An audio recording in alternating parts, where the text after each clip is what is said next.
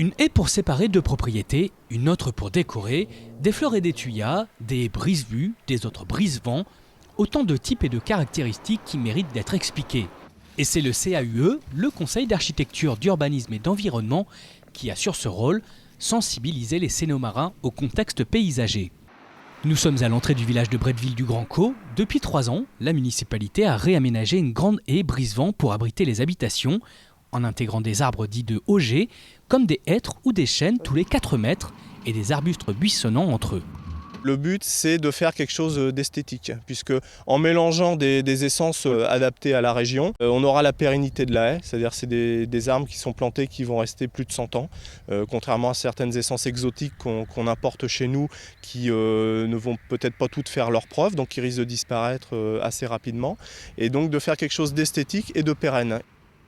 Des haies attrayantes comme au 19e siècle avec les clos masures, ces grands alignements d'arbres autour des fermes, spécificité du pays de Caux.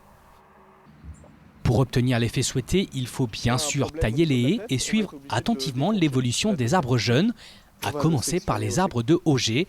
La taille autour du tronc est essentielle et permet une pousse bien verticale. Tout ce qui va concurrencer cet axe, on va le couper. On appelle ça la taille de formation. Quelques années plus tard, sur ces mêmes arbres, ce sera l'élagage pour dégager le tronc.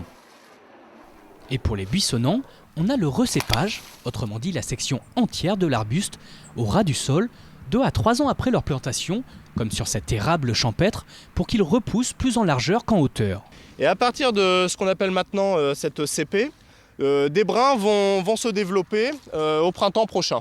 Donc là, c'est vrai que ça fait un peu peur ce geste de taille pour les gens. Voici le résultat sur cet arbuste recépé l'an passé. Vous voyez toutes les pousses qui se sont redéveloppées depuis la souche, depuis la CP. Donc on a quelque chose qui est beaucoup plus dense, beaucoup plus touffu et qui fera un bien meilleur abri à hauteur d'homme, brise-vent et brise-vue. Ici, la commune a planté 2 km de haies, une initiative relayée par les habitants qui, à leur tour, se sont prêtés au jeu.